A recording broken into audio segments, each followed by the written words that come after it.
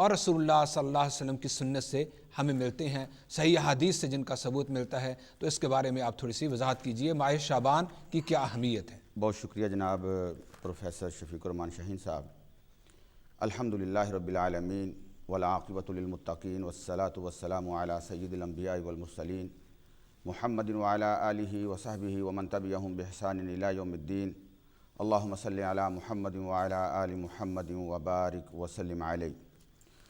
محترم شفیق الرحمان شاہین صاحب اور میرے ناظرین کرام، شعبان کا مہینہ جسے اب ہم گزر رہے ہیں، یہ وہ ماہ مبارک ہے کہ اگر ہم احادیث کا مطالعہ کریں تو ہمیں اس کی اہمیت و فضیلت میں رسول اللہ صلی اللہ علیہ وسلم کی ذات اقدس سے چند ایک احادیث ملتی ہیں۔ مثال کے طور پہ مدر آف دا بلیورز ام المومنین عائشہ صدیقہ بنت صدیق رضی اللہ تعالی عنہا ارشاد فرماتی ہیں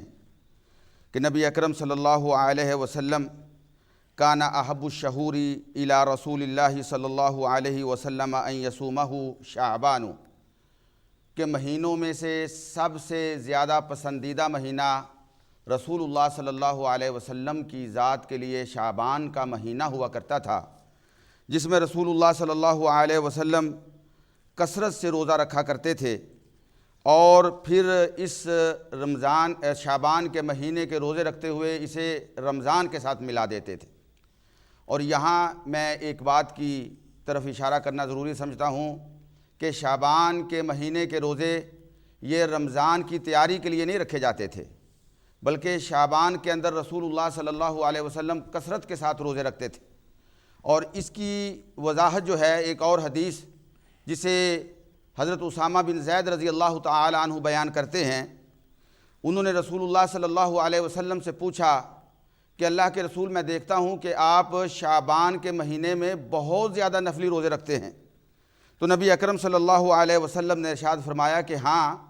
میں شعبان کے مہینے میں اس لیے زیادہ نفلی روزے رکھتا ہوں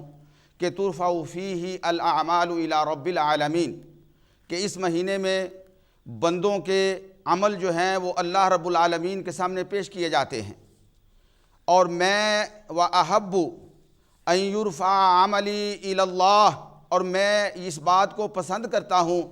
کہ میرا نامہ عمل رب العالمین کی بارگاہ میں پیش کیا جائے، وَأَنَا صَائِمٌ، اور میں روزے کی حالت میں ہوں۔ یہ روایت جو ہے اسے امام البانی رحمۃ اللہ تعالی علیہ نے حسن قرار دیا ہے، اور سنن النسائی کے اندر 2357 نمبر یہ حدیث ہے۔ اسی طریقے سے ام المومنین ام سلمہ رضی اللہ تعالی عنہا بیان فرماتی ہیں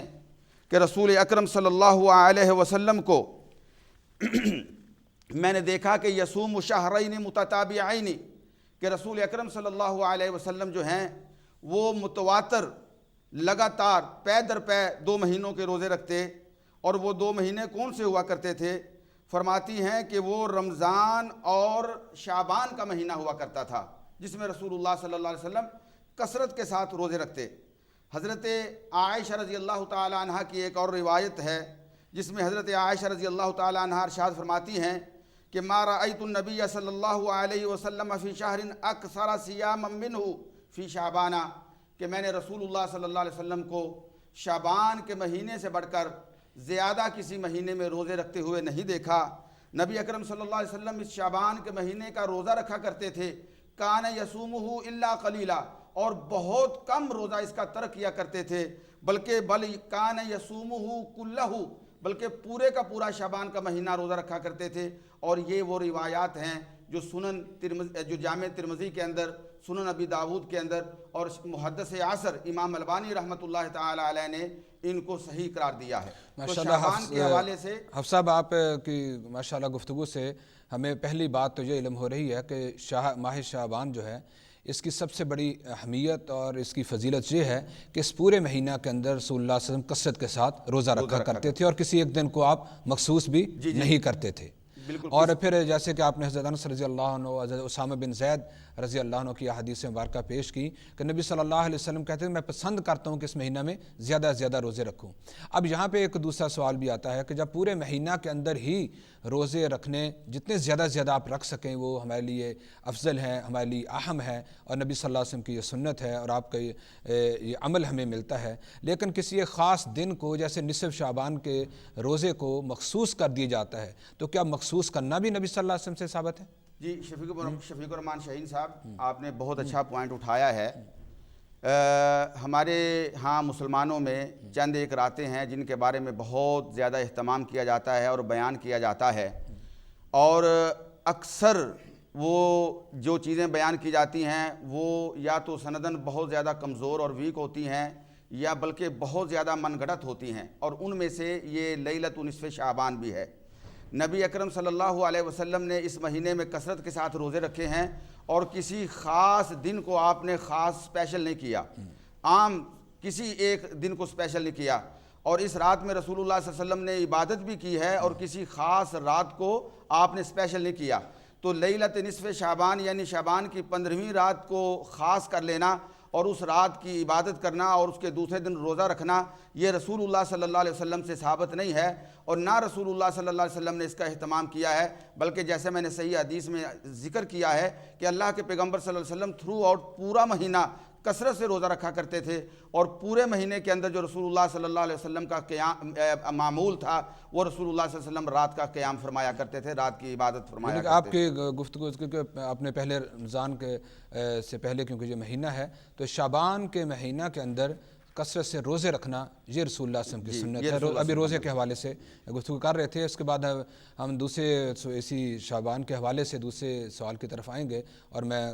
گزارش کروں گا محترم جناب مولانا فضل الرحمان حقانی صاحب سے کہ وہ اس کے اوپر روشنی ڈالیں کہ شعبان کے اندر روزوں کی حکمت کیا ہے، روزوں کی اہمیت کیا ہے، نبی صلی اللہ علیہ وسلم کا کس طرح مستقل ایک عمل تھا۔ حافظ حمود الرحمان مکی صاحب نے اس کے بارے میں وضاحت کی۔ تو مولانا فضل الرحمان صاحب لیکن شعبان کے مہینہ کے اندر جہاں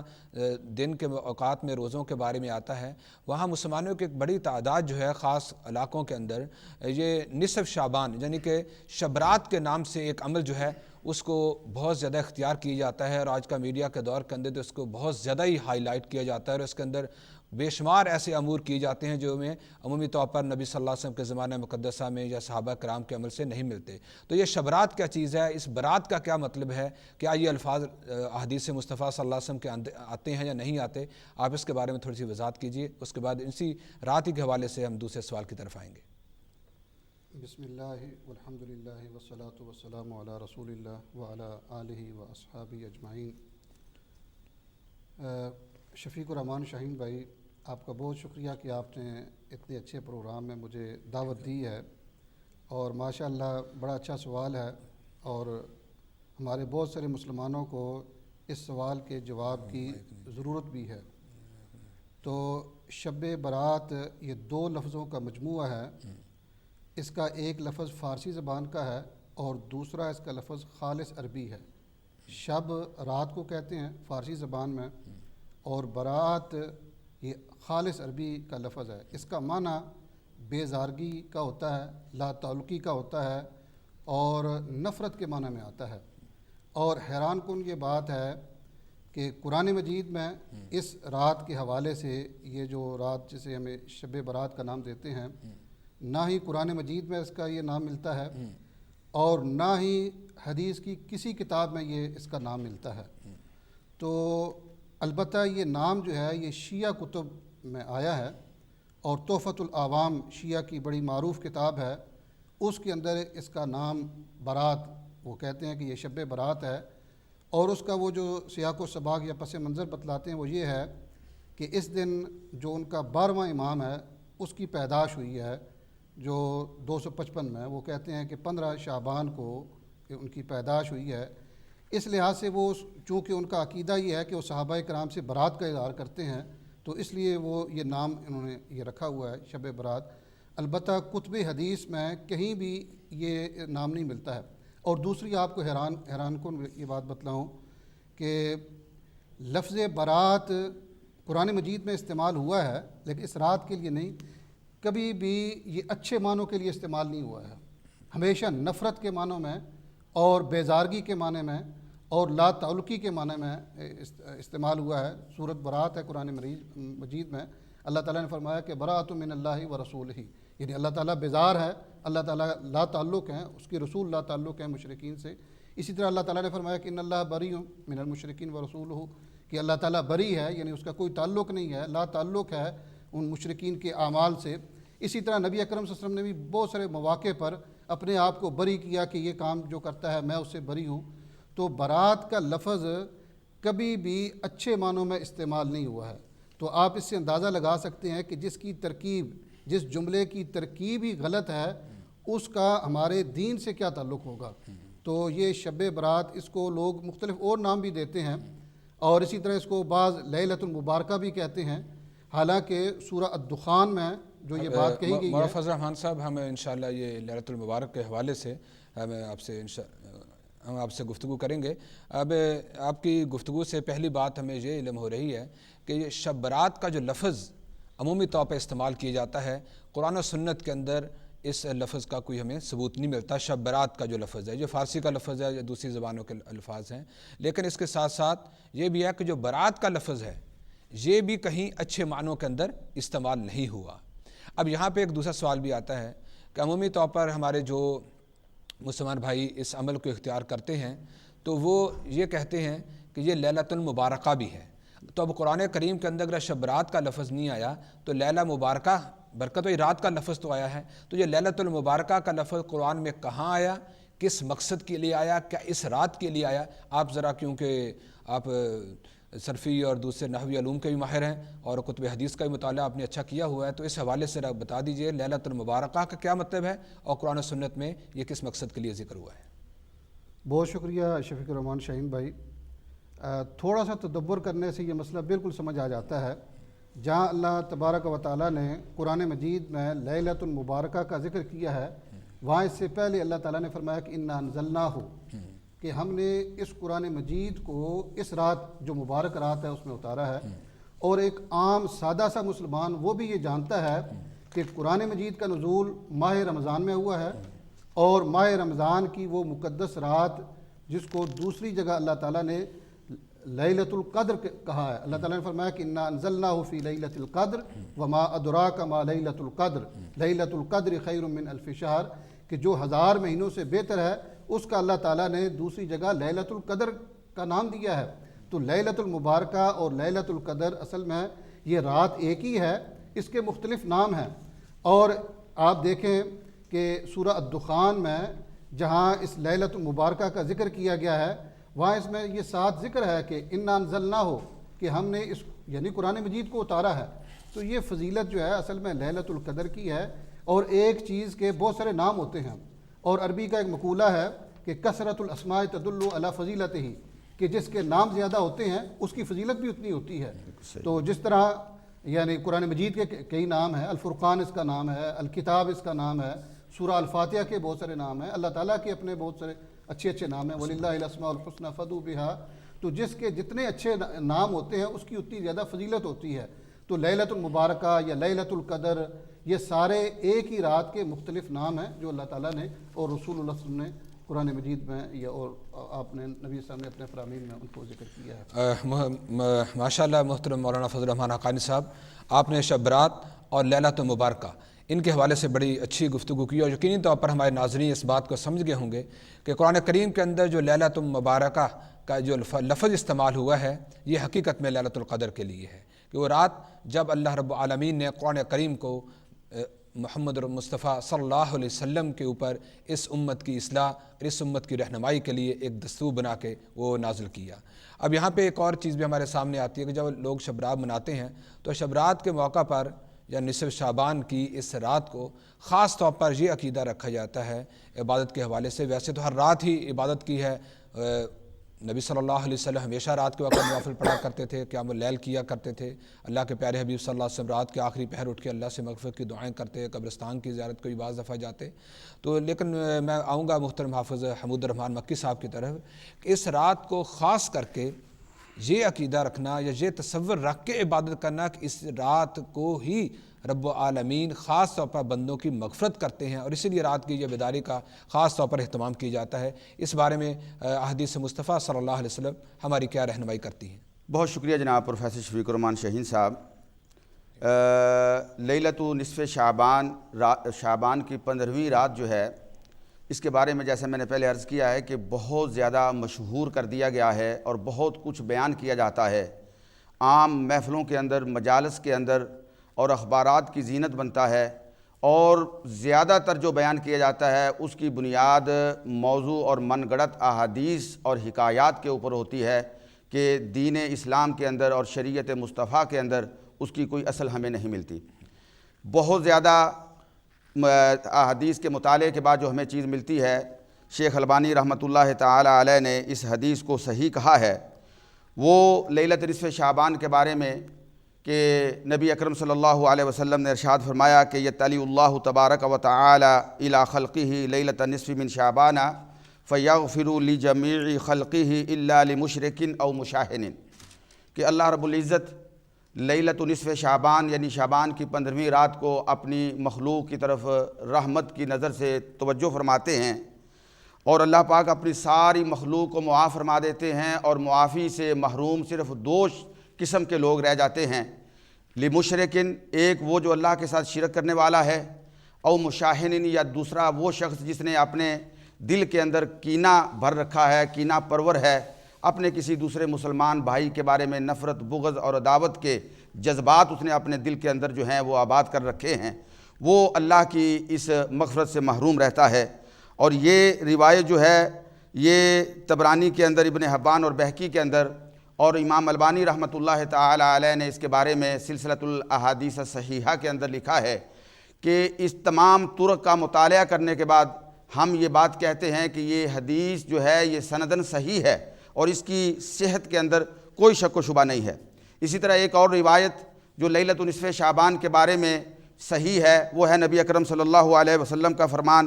آقا علیہ الصلوۃ والسلام نے ارشاد فرمایا کہ ان اللہ یطلع علی عبادہ فی لیلۃ نصف من شعبان فیغفر للمؤمنین ویملی للکافرین ویدع اہل الحقد بحقدہم حتی یدعوہ، کہ اللہ رب العزت جو ہیں وہ اپنے مومن بندوں کی طرف رحمت کی نظر کے ساتھ توجہ فرماتے ہیں، رحمت کی نظر کے ساتھ اللہ ان کی طرف مطلع ہوتے ہیں، اور پھر اس کے بعد اللہ پاک جو ہے وہ مومنوں کو معاف کر دیتے ہیں اور کافروں کو ڈھیل دے دی جاتی ہے، مہلت دے دی جاتی ہے، اور فرمایا جو اہل حقد ہیں یعنی کینہ پرور ہیں، بغض رکھنے والے ہیں مسلمانوں کے بارے میں اپنے دلوں کے اندر، ان کو ان کے حال پہ چھوڑ دیا جاتا ہے، حتیٰ کہ جب تک وہ اپنے دلوں کو صاف نہیں کر لیتے اپنے دوسرے مسلمان بھائیوں کے بغض اور کینے سے، اس وقت تک ان کی مغفرت جو ہے وہ نہیں کی جاتی۔ یہ تو وہ صحیح احادیث ہیں جو رسول اللہ صلی اللہ علیہ وسلم سے ثابت ہیں، اور اس کے علاوہ بہت کچھ بیان کیا جاتا ہے اللہ کے پیغمبر صلی اللہ علیہ وسلم کے حوالے سے، جو اللہ کے نبی صلی اللہ علیہ وسلم سے ثابت۔ مثال کے طور پہ ایک مشہور حدیث بیان کی جاتی ہے۔ آپ صاحب معذرت خواہ ہیں، کبھی ہمارے بریک کا وقت ہو رہا ہے، بریک کے بعد انشاءاللہ ہم جو اس حوالے سے جو منسوب ہیں احادیث ہم ان پہ انشاءاللہ بات کریں گے۔ ناظرین کرام، ہم نے اس موضوع کے اوپر مختصر گفتگو کی ہے کہ جو نصف شعبان ہے یا شبرات ہے، اس کا شریعت اسلامیہ کے اندر کیا مقام ہے، کیا مرتبہ ہے، مسلمان کو کون سے امور اختیار کرنے چاہیے، اور عمومی طور پر ایک تصور معاشرے کے اندر کر دیا گیا کہ یہ لیلۃ مبارکہ ہے، تو لیلۃ مبارکہ کون سی ہے، شبرات کو کیا رسول اللہ صلی اللہ علیہ وسلم ان کے صحابہ اس طریقے سے منایا کرتے تھے، اس پہ مختصر گفتگو ہوئی ہے۔ انشاءاللہ اس رات کے حوالے سے جو اور بھی چیزیں سامنے آتی ہیں، ہم بریک کے بعد اس کے اوپر گفتگو کریں گے اپنے معزز مہمانوں کے ساتھ، اور اس کے بریک کے بعد آپ سوالات کر کے بھی اس پروگرام کے اندر شریک ہو سکتے ہیں۔ تو اب تک کے لیے اجازت دیجیے۔ السلام علیکم ورحمۃ اللہ۔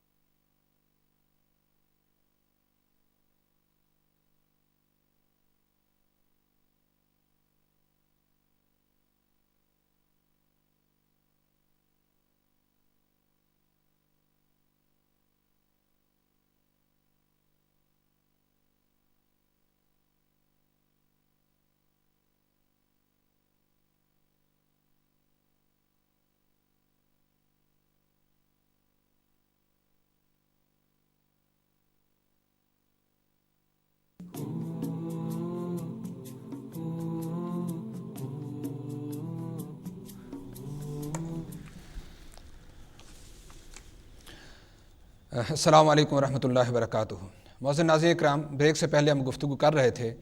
کہ ماہ شعبان جو ہے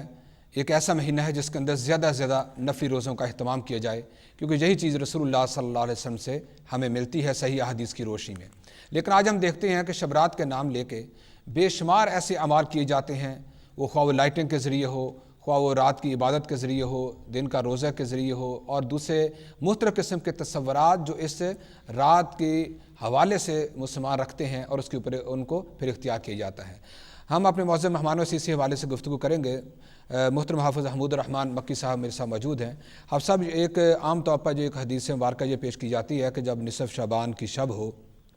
تو نمازوں کا اہتمام کیا جائے اور دن کے وقت روزہ رکھا جائے، اور پھر اللہ سبحانہ وتعالیٰ کہتے ہیں کوئی مغفرت کرنے والا ہے میں اس کو بخش دوں، کوئی روزی کا طلبگار ہے میں اس کو روزی دوں، اور یہ سلسلہ جو ہے یہ فجر تک جاری رہتا ہے۔ تو یہ حدیث مبارکہ عام طور پر ذکر کی جاتی ہے، اور اسی کو اپنے سامنے دلیل رکھ کے لوگ رات کو بیداری کا اہتمام بھی کرتے ہیں اور پھر دن کو روزہ بھی رکھتے ہیں۔ تو اس حدیث مبارکہ کے متعلق آپ فرما دیجیے۔ بہت شکریہ جناب پروفیسر شفیق الرحمان شاہین صاحب۔ یہ روایت جو ہے یہ بہت زیادہ بیان کی جاتی ہے کہ شعبان کی نصف جو رات ہوتی ہے، یعنی 15ویں رات جو ہوتی ہے، اس رات کو اللہ تعالیٰ جو ہیں وہ بنو کلب کی بکریوں کے بالوں کے برابر لوگوں کو معاف کرتے ہیں، اور وہاں اللہ تعالیٰ کی طرف سے اعلان کیا جاتا ہے مختلف، یعنی قضا و قضا و قضا۔ لیکن حقیقت بات یہ ہے کہ امام ترمذی رحمۃ اللہ تعالیٰ علیہ نے جامع ترمذی کے اندر اس روایت کو بیان کیا ہے، اور بیان کرنے کے بعد انہوں نے کہا ہے کہ یہ روایت جو ہے یہ سنداً بہت زیادہ کمزور ہے، بلکہ اپنی تائید میں انہوں نے امام بخاری رحمۃ اللہ تعالیٰ علیہ کا ایک قول بھی نقل کیا ہے کہ امام بخاری بھی اس روایت کے ضعف کو بیان کرتے ہیں، کیونکہ اس روایت کے اندر دو راوی جو ہیں وہ منقطع ہیں، اور یہ روایت جو ہے کسی اعتبار سے بھی قابل حجت نہیں ہو سکتی۔ ہاں البتہ جو صحیح روایت ہے نبی اکرم صلی اللہ علیہ وسلم سے، آقا علیہ الصلاۃ والسلام نے ارشاد فرمایا کہ ینزل ربنا تبارک و تعالی کل لیلۃ الی السماء الدنیا حین یبقى ثلث اللیل، کہ اللہ ہمارا رب جو ہے وہ ہر رات کو سمائے دنیا، یعنی دنیا کا جو آسمان ہے، اس پہ اللہ نازل ہوتا ہے جس طرح اللہ کی ذات کو لائق ہے۔ اس کی کیفیت کو اس کی مثال نہیں بیان کی جا سکتی، اس کی کیفیت کو بیان نہیں کیا جا سکتا۔ ہم یہ کہتے ہیں کہ ہمارا ایمان ہے کہ اللہ نازل ہوتے ہیں جس طرح اللہ کی ذات کو، اللہ کی عظمت کو اور اللہ کی جلالت کو لائق ہے، اللہ نازل ہوتے ہیں، اور اللہ تعالیٰ کی طرف سے پھر ہر رات کو یہ اعلان ہوتا ہے کہ ہے کوئی دعا کرنے والا کہ جس کی میں دعا کو قبول کروں، ہے کوئی مجھ سے مانگنے والا کہ جس کو میں عطا کروں، ہے کوئی مجھ سے معافی مانگنے والا کہ جس کو میں معاف کر دوں۔ یہ ہر رات کو اللہ تعالیٰ کی طرف سے اعلان ہوتا ہے، اور اس کو جو صرف شعبان کی جو 15ویں رات ہے اس کے ساتھ مختص کرنا، یہ شریعت اسلامیہ کے ساتھ انتہائی ظلم ہے، اور رسول اللہ صلی اللہ علیہ وسلم کی ذات کے اوپر من گڑت جو ہے یہ حدیث چسپاں کرنا ہے، اور یہ ایک ایسا عمل ہے کہ جس کے بارے میں رسول اکرم صلی اللہ علیہ وسلم نے ارشاد فرمایا من یقل علیہ ما لم اقل فلیتبوأ مقعدہ من النار، جو میری ذات کے اوپر ایسی بات کہتا ہے جو میں نے نہیں کہی، اسے چاہیے کہ وہ ابھی سے اپنی جہنم کے اندر ریزرویشن کروا لے، جہنم کے اندر جو ہے اپنی وہ چیئر جو ہے وہ بک کر لے۔ تو یہ ایک بہت بڑا گناہ کا کام ہے۔ حمود الرحمان صاحب، آپ نے اس رات کے حوالے سے جو حدیث مبارکہ کا ذکر ہوئی اس کی وضاحت کی کہ یہ ایک موضوع اور منقطع ہے، اور اکثر جو بڑے محدثین ہیں امام بخاری رحمۃ اللہ جیسے لوگ، انہوں نے بھی اس روایت کو ضعیف قرار دیا ہے، اور ایک ضعیف روایت کو ذکر کر کے پھر امت کا ایک بہت بڑی تعداد جو ہے اس کے اوپر ایک خاص طریقے سے اس کو منائے، سیلیبریٹ کرے یا اس کا اہتمام کرے، تو یہ چیز یقینی طور پر دین کے اندر ایک نیا اضافہ ہوگا۔ ہم محترم مولانا فضل الرحمان حقانی صاحب کی طرف آئیں گے کہ مولانا اس رات کے حوالے سے پھر یہ بھی تو ذکر ہوتا ہے نا کہ اللہ رب العالمین قبیلہ بنو کلب کی بکریوں کے برابر لوگوں کے معاف کر دیتے ہیں، تو اس پہ بھی ہم آپ سے چاہیں گے، اور پھر شب رات کی اگلے دن جو مطلب صبح کے وقت قبرستان کو بھی لوگوں کی اکثریت جاتی ہے، تو اس کے بارے میں بھی پھر ہم سے پوچھیں گے کہ اس کا تعلق کیا ہے، لیکن ہمارے ساتھ کالر موجود ہیں، ہم ان سے بات کرتے ہیں، اس کے بعد انشاءاللہ ہم اس سوال کی طرف آئیں گے۔ السلام علیکم ورحمۃ اللہ۔ شاید کالر ڈراپ ہو گئے ہیں۔ ناظرین اکرام، آپ اپنی کالز کے ذریعے پروگرام کے اندر شامل ہو سکتے ہیں، انشاءاللہ آپ کے سوالات کا جواب معزز مہمان ضرور دیں گے۔ جی نیکسٹ کالر ہمارے ساتھ موجود ہیں. جی السلام علیکم. وعلیکم السلام. جی بھائی جان کیا سوال کرنا چاہیں گے آپ؟ ہاں جی میرا نام جی محمد حنیف ہے جی جی حاج صاحب. اور میں ہڈسفیل سے بول رہا ہوں. جی آپ نے جو حافظ صاحب نے بیان کیا لیلۃ القدر کے متعلق آپ کی تشریح کتاب و سنت کی روشنی میں بہت مفصل ہے. اللہ تعالیٰ آپ کو اس کی جزائے خیر دے. جی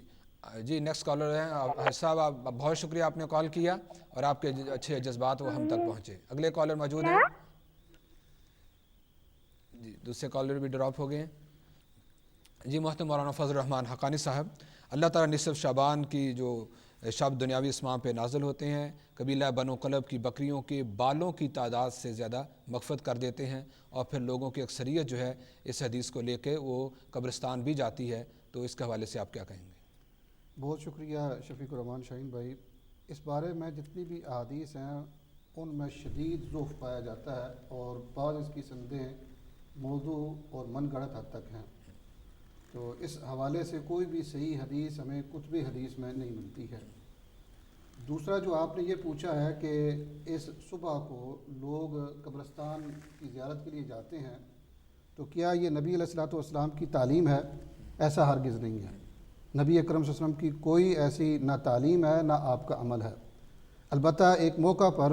نبی اکرم صلی اللہ علیہ وسلم نے ابو موہبہ کو کہا تھا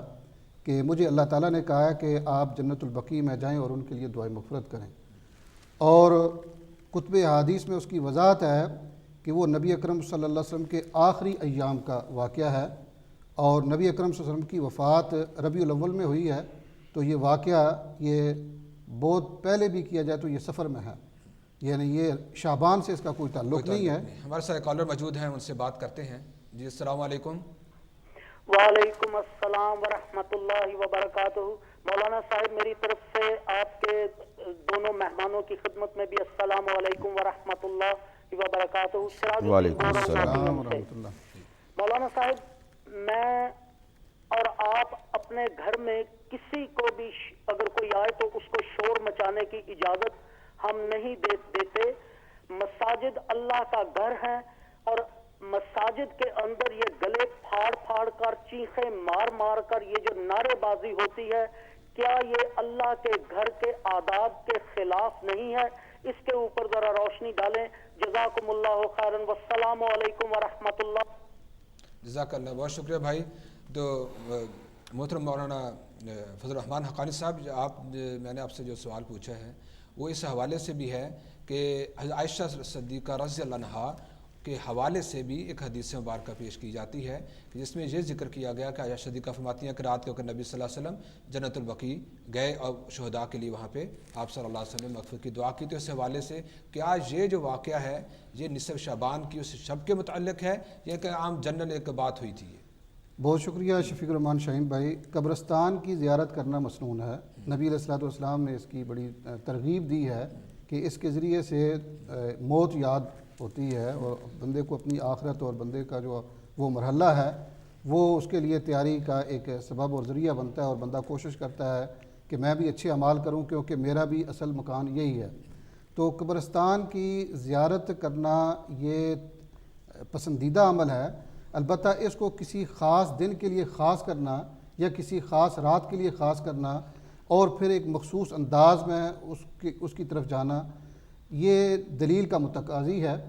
اور اس کی کوئی دلیل نہیں ہے کہ نبی علیہ الصلوۃ والسلام کسی بھی کوئی خاص رات یا کوئی خاص دن چاہے وہ شعبان کا ہو یا کوئی اور مہینے کا کسی مہینے کا کوئی خاص دن یا خاص رات قبرستان کی زیارت کے لیے خاص نہیں ہے. جزاک اللہ. تو یہ عام ہے. ویسے ہم محترم حافظ محمود الرحمان مکی صاحب سے بھی میں اسی حوالے سے گفتگو کروں گا. ویسے کالر موجود ہیں ان سے بات کر لیں پھر اسی حوالے سے بات کریں گے. السلام علیکم ورحمۃ اللہ. وعلیکم السلام ورحمۃ اللہ. ماشاءاللہ آپ کا یہ پروگرام بھی بہت اچھا ہے. میں آپ سے ایک بات شیئر کروں گا اور ایک سوال ہے. بات یہ شیئر کرنا چاہتا ہوں کہ آئندہ انشاءاللہ آپ اپنے پروگراموں میں یہ کوشش کریں کہ سارے مسلمان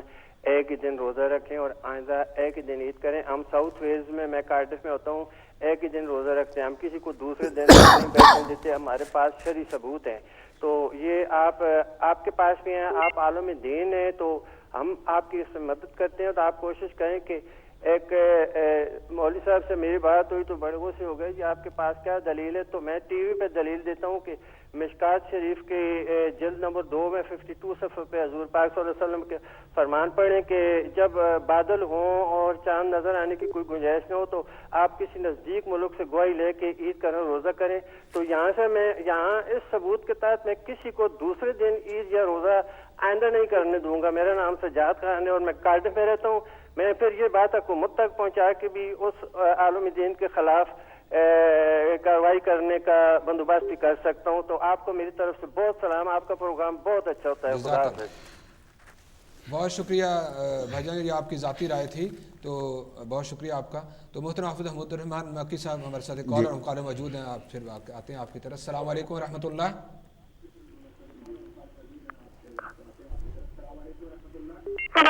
جی السلام علیکم.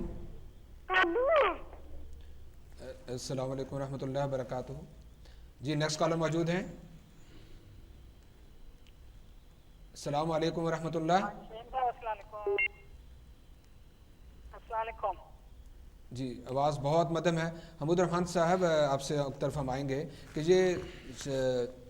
شب رات کے بعد اگلے صبح کو قبرستان کی زیارت کرنا اور عائشہ صدیقہ رضی اللہ عنہا کی حدیث مبارکہ کے حوالے سے، حالانکہ وہاں تو میرے خیال میں لیلہ کا لفظ ہے نہ کہ دن کا لفظ ہے، تو آپ اس کے بارے میں کیا کہیں گے؟ جی شفیق الرحمان شاہین صاحب بہت شکریہ آپ کا. جناب محترم مولانا حقانی صاحب بڑی مدلل گفتگو فرما رہے تھے اس بات کے اوپر. میں صرف تھوڑا سا اضافہ کرنا چاہتا ہوں شیخ کے ساتھ جو ہے وہ موافقت کرتے ہوئے کہ جس طرح آپ نے پوچھا ہے، فرمایا ہے کہ دراصل حضرت عائشہ رضی اللہ تعالی عنہا کے حوالے سے ایک روایت بیان کی جاتی ہے جو بہت زیادہ زبان زد عام ہے. ہر ایک زبان پہ، ہر ایک مجلس میں، ہر آپ کو جگہ پہ وہ روایت سنائی جاتی ہے، سنی جاتی ہے، پڑھی جاتی ہے لیلۃ نصف شعبان کے حوالے سے کہ اللہ رب العزت جو ہیں وہ حضرت عائشہ رضی اللہ تعالیٰ عنہ بیان فرماتی ہیں کہ نبی اکرم صلی اللہ علیہ وسلم میرے ہاں تشریف فرما تھے. اس رات کو اچانک آپ اٹھے اور آپ گھر سے باہر نکل گئے. میں آپ کا پیچھا کرتی ہوئی آپ کے پیچھے آئی تو آپ بقیع الغرقد یعنی جو مدینہ کا قبرستان ہے بقیع، وہاں پہنچ گئے اور نبی اکرم صلی اللہ علیہ وسلم نے وہاں جا کے دعا کی. اور پھر نبی اکرم صلی اللہ علیہ وسلم نے حضرت عائشہ رضی اللہ تعالی عنہا کو یہ بات ارشاد فرمائی کہ اے عائشہ، یہ جو لیلۃ نصف شعبان ہے یہ ایسی رات ہے کہ جس میں اللہ پاک سمائے دنیا پہ تشریف لاتے ہیں اور اللہ پاک جو ہیں وہ بنو کلب کی بکریوں کے بالوں سے بڑھ کے لوگوں کو معاف کرتے ہیں. اور یہ جس طرح میں نے عرض پہلے کیا ہے کہ امام ترمذی نے اسے ضعیف قرار دیا ہے، امام بخاری نے اسے ضعیف قرار دیا ہے، امام البانی اسے انتہائی ضعیف قرار دیتے ہیں. جو صحیح حدیث ہے حضرت عائشہ رضی اللہ تعالی عنہا کے حوالے سے 974 نمبر صحیح مسلم کے اندر موجود ہے. وہ حضرت عائشہ رضی اللہ تعالی عنہا بیان فرماتی ہیں کہ آقا علیہ الصلوۃ والسلام. صاحب قطع کلامی معاف میں پہلے یہ بات واضح ہو جائے کہ یہ جو حدیث مبارکہ عائشہ صدیقہ رضی اللہ عنہا کے حوالے سے آپ نے ذکر کی کہ نبی صلی اللہ علیہ وسلم فرمایا کہ اللہ تعالیٰ، یہ ترمذی کے اندر آتی ہے، لیکن جو مطلب جامعہ ترمذی کے اندر یہ حدیث ذکر ہے، لیکن امام ترمذی خود ہی اس کی وضاحت کرتے ہیں کہ یہ حدیث صحیح نہیں ہے. یہ محدثین کا طریقہ ہے کہ وہ ضعیف حدیث بیان کر کے لوگوں کو متنبہ کر دیتے ہیں کہ یہ حدیث ضعیف ہے، آپ نے اسے متنبہ رہنا ہے، خبردار رہنا ہے. یہ محدثین کا طریقہ ہے. آپ ایسے حوالے سے جو دوسری گفتگو آپ کر رہے ہیں ہم آپ سے انشاءاللہ سنتے ہیں. ابھی میرے ساتھ کالر موجود ہیں، ان سے بات کرتے ہیں. السلام علیکم ورحمۃ اللہ. وعلیکم السلام ورحمۃ اللہ. آپ کا پروگرام بہت اچھا ہے. کیا آپ مجھے بتائیں گے کہ اس رات میں خاص قسم کا حلوہ کھانا، پٹاخے چھوڑنا، مسجدوں میں جھنڈیاں لگانا یا قبرستان کی طرف گروہوں کی صورت میں جانا کتابوں کی سنت کی روشنی میں ثابت ہے؟ جزاک اللہ. انشاءاللہ اس پہ انشاءاللہ گفتگو کریں گے. تو حافظ حمود الرحمان. جی میں عرض کر رہا تھا کہ جو صحیح حدیث ہے، اختصاراً ٹائم نہیں ہے، میں اس ڈیٹیل میں نہیں جانا چاہتا. حضرت عائشہ رضی اللہ تعالی عنہا بیان فرماتی ہیں آقا علیہ الصلوۃ والسلام کی باری میرے ہاں تھی. اچانک رسول اللہ صلی اللہ علیہ وسلم اٹھ کے چلے گئے تو میں بھی رسول اللہ صلی اللہ علیہ وسلم کے پیچھے چلی گئی. آپ صلی اللہ علیہ وسلم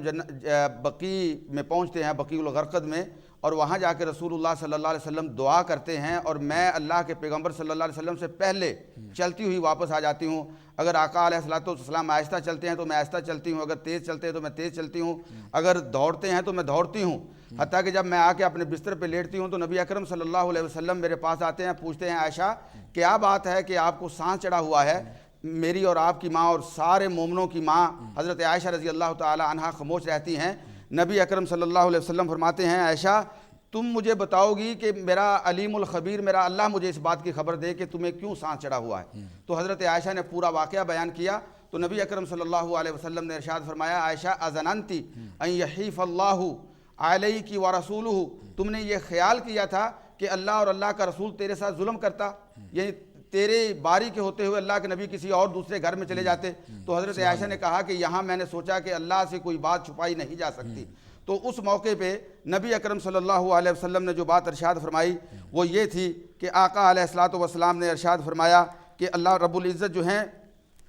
انہوں نے جبریل امین کو میرے پاس بھیجا تھا اور جبریل امین نے مجھے بلایا تھا اور جبریل امین نے مجھے اللہ کا یہ پیغام پہنچایا تھا کہ آپ بقیع الغرقد جائیں اور وہاں پہ جو لوگ مسلمان مدفون ہیں ان کے لیے مغفرت کی دعا کریں، اور میں وہاں پہ اللہ کے حکم سے ان کی دعا کے لیے گیا اور آپ کو جگانا میں نے اس لیے گوارا نہ کیا کہ کہیں آپ کی نیند نہ خراب ہو جائے، اور دوسرے نمبر پہ کہیں میں آپ کو اگر بتا کے جاتا تو کہیں آپ وحشت کا شکار نہ ہو جائیں۔ لیکن یہ جو روایت ہے یہ عام روایت ہے، اس میں لیلۃ نصف شعبان کا ذکر تک نہیں ہے کہ یہ شعبان کے مہینے میں ہوا تھا واقعہ، اور نبی اکرم صلی اللہ علیہ وسلم کی طرف یہ شعبان کے مہینے میں خاص کرنا، جس طرح میں نے پہلے عرض کیا ہے کہ یہ دین شریعت مصطفیٰ کے اوپر ظلم ہے اور رسول اللہ صلی اللہ علیہ وسلم کی ذات کے اوپر یہ من گھڑت حدیث کو جو ہے وہ چسپاں کرنا ہے۔ اللہ پاک ہمیں محفوظ فرمائے۔ جزاک اللہ محترم حافظ محمود الرحمان صاحب، بڑی وضاحت کے ساتھ آپ نے جامع انداز سے ذکر کر دیا کہ یہ قبرستان جانے کا جو سلسلہ نصف شعبان کے ساتھ شبرات کے ساتھ جوڑا جاتا ہے، یہ ایک عام حدیث تھی جس میں رسول اللہ صلی اللہ علیہ وسلم کو حکم دیا گیا جبرائیل کے ذریعے کہ آپ جائیں اور جنت البقیع میں جا کے مسلمان مدفون جو ہیں وہاں پہ ان کے لیے دعائے مغفرت فرمائیں، لیکن یہ نصف شعبان کی جو شب تھی رات تھی اس موقع پر یہ واقعہ پیش نہیں آیا تھا۔ میں آؤں گا محترم جناب حافظ مولانا فضل الرحمان حقانی صاحب کی طرف ہے، لیکن اس سے پہلے ہمارے ساتھ کالر موجود ہیں، ان سے بات کرتے ہیں۔ السلام علیکم ورحمۃ اللہ۔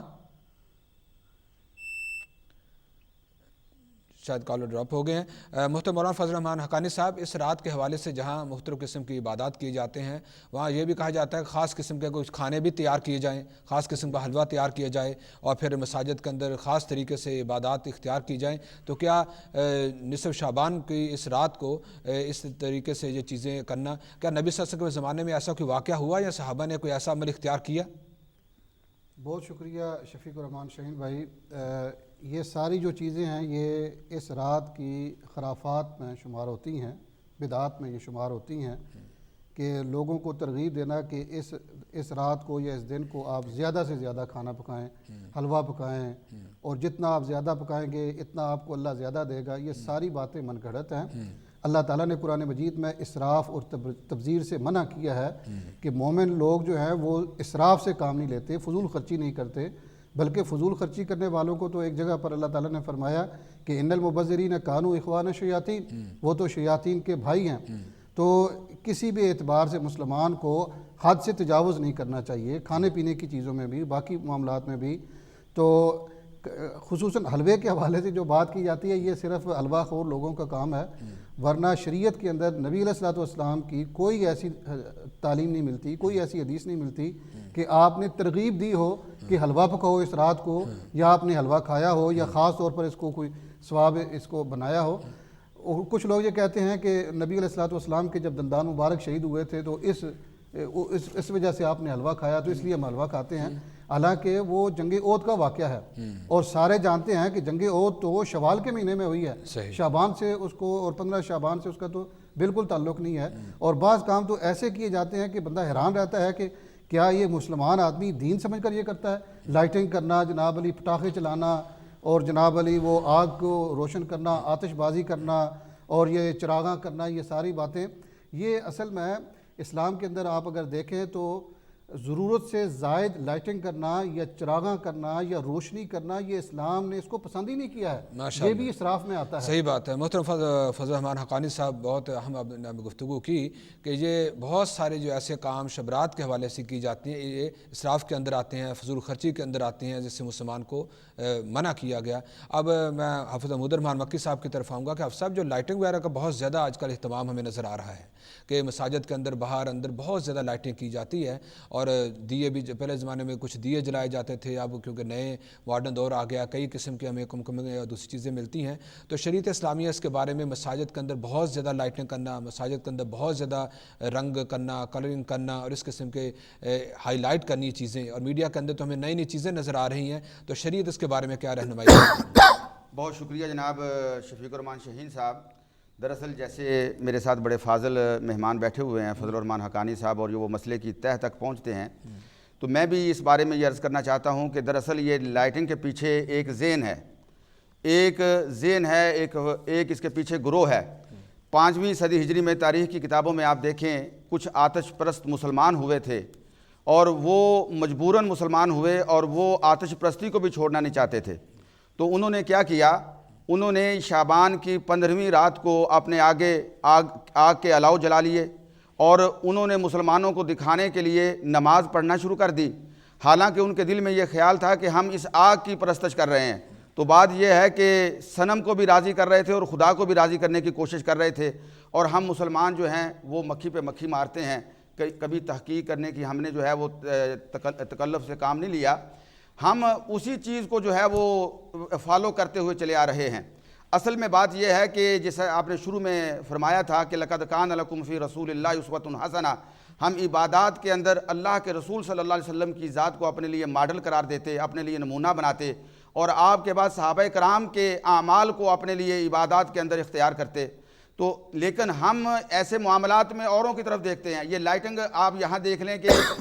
کرسمس کے موقع پہ یہاں پہ لائٹنگ کی جاتی ہے، اور کئی ایک مواقع پہ اسلام کے اندر اس کی جو ہے وہ کوئی گنجائش نہیں ہے۔ اور جیسے شیخ صاحب نے بڑے تفصیل کے ساتھ بیان میں فرمایا ہے کہ یہ اصل میں لوگوں کا کھانے پینے کا ایک ہیلہ ہے کہ لوگوں کو کسی ایک راستے پہ لگا کے وہ اپنے کھانے پینے کے اہتمام کو جو ہے وہ قائم رکھنا چاہتے ہیں، تاکہ ان کا کھانے پینے کا سلسلہ جو ہے وہ جاری و ساری رہے۔ اس شریعت اسلامیہ کے اندر اس کی کوئی نہ تو اس کی کوئی دلیل ہے، اور نہ اس کی جو ہے اس کی کوئی اہمیت ہے۔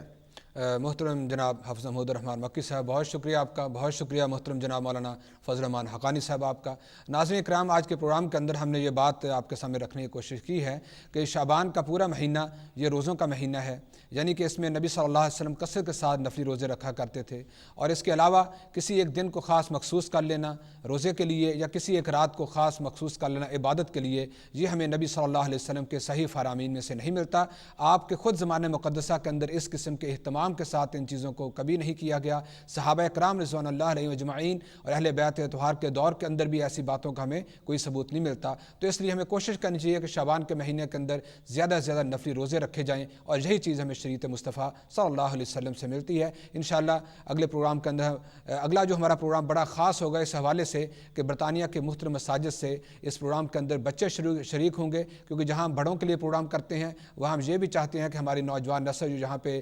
پیدا ہوئی اور یہاں پہ پھل پھول رہی ہے، اور یہی لوگ ہمارے اسلام کے دفاع کرنے والے لوگ ہیں، ان کو بھی اسی طریقے سے ترغیب دی جائے قرآن و سنت کی تعلیمات کے لیے۔ اگلے پروگرام کے اندر مختلف مساجد سے وہ بچے شریک ہوں گے جو کہ قرآن کریم کی تلاوت بھی کریں گے، مختلف موضوعات پہ تقاریر بھی کریں گے، آپ کے سامنے قرآن و سنت کے حوالے سے بے شمار چیزیں پیش کریں گے۔ اگر آپ کے مسجد سے کوئی بچہ جو اچھی تلاوت کر سکتا ہو، اچھی تقریر کر سکتا ہو، اچھی نظم پڑھ سکتا ہو، اچھی نعت پڑھ سکتا ہو، آپ میرے سے رابطہ کریں، اور آپ انشاءاللہ اس پروگرام کے اندر اس حوالے سے ضرور شریک ہو سکتے ہیں۔ اگلے منگل کو ٹیوزڈے 25 کو بھی انشاءاللہ نیدفی روڈ نیلسن کے اندر ایک